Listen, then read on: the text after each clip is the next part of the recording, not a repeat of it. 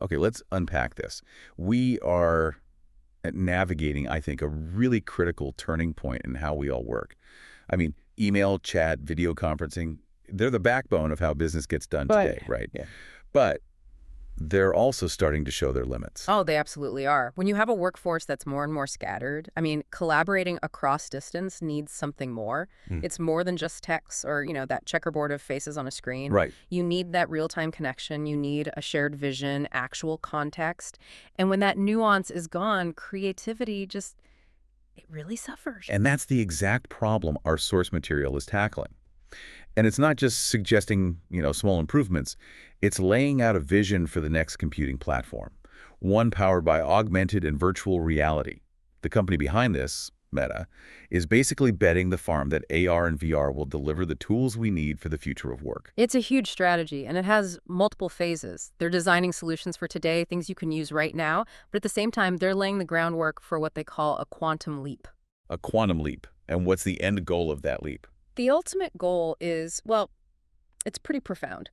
It's to make traveling for work totally optional, to fundamentally detach your career from where you happen to live. So it's a democratization of work, in a way. You can live where you want for family or lifestyle reasons, and your professional life doesn't have to be compromised. Precisely. Remove that geographical barrier completely. And that whole process, it starts with redefining what a workplace even is. Okay, so let's start there with that ultimate vision.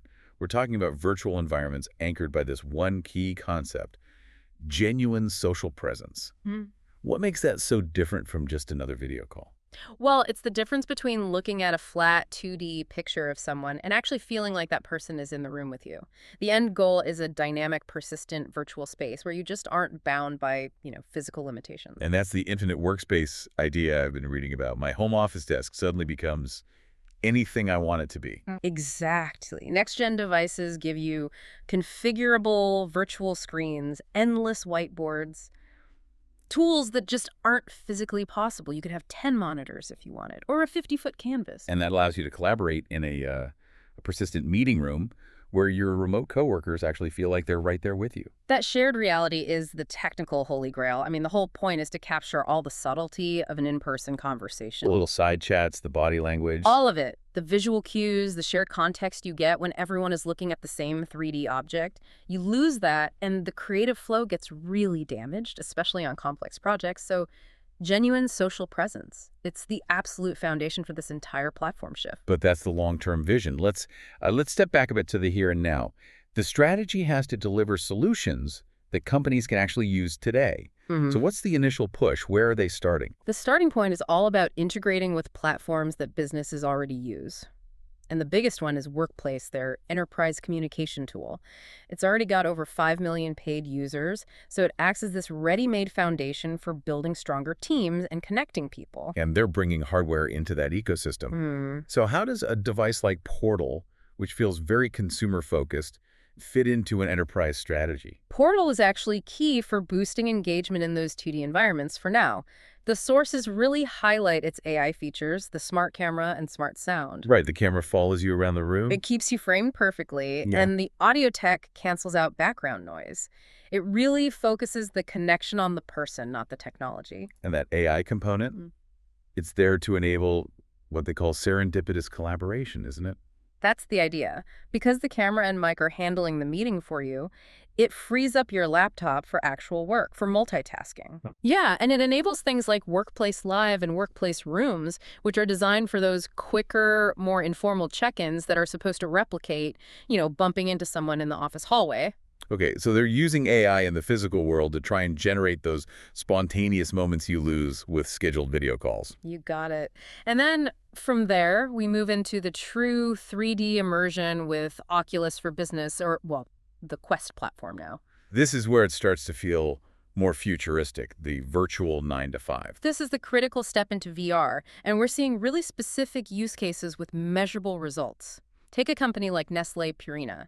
They're using VR for training, so employees can practice complex procedures over and over again with zero risk. Or Stantec, the architecture firm. An architect in London and an engineer in Tokyo can literally walk through a building model together before a single brick is laid. Exactly. And the impact is better meetings, much more effective training, and better job satisfaction, actually. And by building it all on top of that workplace infrastructure, they can deploy it economically and at a huge scale. That's essential for big companies to buy in. Okay, here's where it gets really interesting, because now we can talk about the steps they're taking right now on the Quest platform to get ready for that truly augmented future. This isn't just about games anymore. This is pure productivity. Right. Building that bridge to tomorrow means the VR platform has to let people multitask just as well as they do on a desktop. It has to be better than today's tools, not just a novelty. And, current VR has often been a one app at a time experience, which just kills productivity. And we're seeing them fix that now with the new Quest system experience. What are the key upgrades there? The big ones are a redesigned universal menu, and maybe more importantly, the ability to run multiple browser windows at the same time. It sounds so simple, but that's foundational. It is. It gives you the flexibility to switch between apps and get to your settings without constantly being pulled out of your workflow. But the real leap forward seems to be how they're blending the physical and digital worlds. Yeah. Tell us more about this pass-through feature. Pass-through it's a game changer. It uses the cameras on the outside of the headset to show you a live, grayscale view of your real room while you're still in VR. So I can see my desk, my keyboard. Exactly. You can be looking at your virtual documents, but you still have that crucial awareness of your physical surroundings.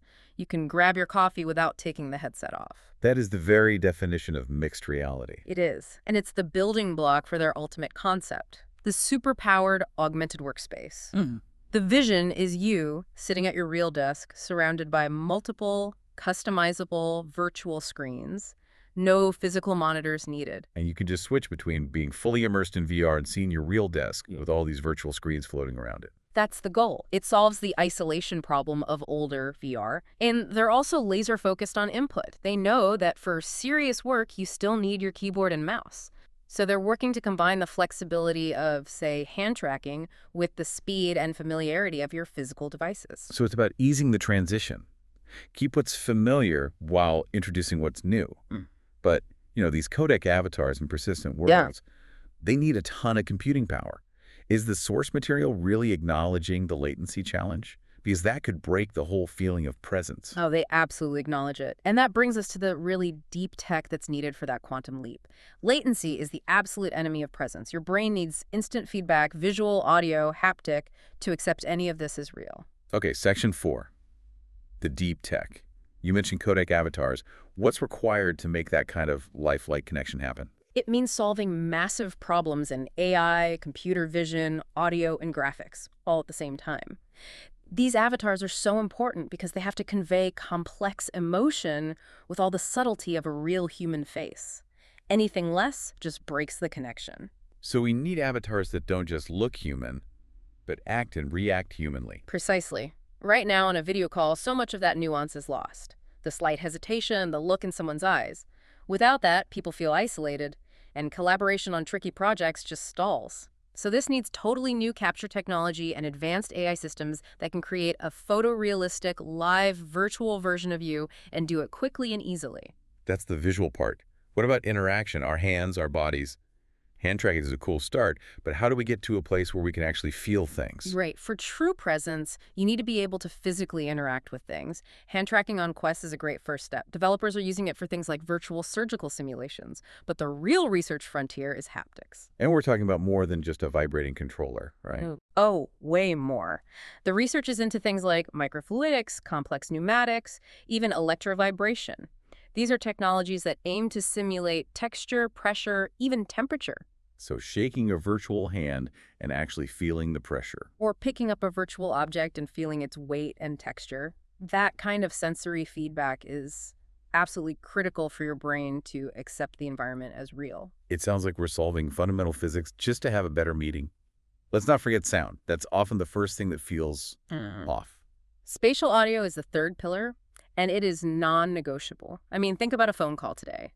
The voice sounds like it's coming from your phone, or from inside your head if you're wearing headphones. Your brain immediately knows that person isn't in the room with you. It undermines the whole goal. So spatial audio is all about making sound directional. It's about mimicking exactly where a sound is coming from in real life. Facebook was actually really early on this. They shipped their first spatial audio solution back in 2017. Wow, that long ago. So if that's the baseline, what's the cutting-edge research focused on now? It's focused on two incredibly deep problems. First, simulating the complex acoustics of a real room. So not just that a voice is coming from your left, but how that sound would echo or dampen off the virtual walls of that specific space. And that takes a huge amount of real-time computation. A massive amount. And the second area is personalization. This is where it gets really wild. Everyone's ear shape is unique, and that shape changes how you perceive sound. It's called your head-related transfer function, or HRTF. Okay. So the research now is about how to personalize the spatial audio for each individual user, maybe by scanning your ears. That level of customization is the only way to get to the highest level of auditory presence. If the sound isn't tuned to you, your brain will always know something's wrong. That is a fascinating level of detail. It just shows that this isn't about making better screens. It's about solving fundamental problems in human perception. So what does this all mean for you, our listener, who just needs to get the strategic takeaway from this massive shift? It means the vision is really clear and it's two-layered. Phase one is what's happening now. The immediate rollout of 2D and 3D collaboration using tools like Workplace, Portal, and the Quest platform. And phase two is the huge, long-term R&D bet on the deep tech, the codec avatars, the advanced haptics, the personalized audio that will enable that true quantum leap into genuine presence. The ultimate promise, then, is a future with fewer screens, where your commute is just putting on a headset and where you don't have to choose between your career and your family because of where you live. It's a profound promise. Better connections, stronger relationships, and ultimately higher productivity. But the true transformation, I think, lies ahead. This whole deep dive, we've focused on replicating the office, on improving productivity. But if this tech really works, if they solve latency and achieve perfect presence, then the real shift won't just be about replacing the tools we have now. The potential is to let people work together in ways that are physically impossible today. And that could lead to ideas and projects we can't even imagine right now. Which leaves us with the final question for you to think about. If this platform allows 20 people on different continents to all physically manipulate the same virtual object in a shared space with no psychological or technical distance, what entirely new human endeavor in science, in art, in education only becomes possible because of that perfect shared virtual presence? That's something to mull over as this all unfolds.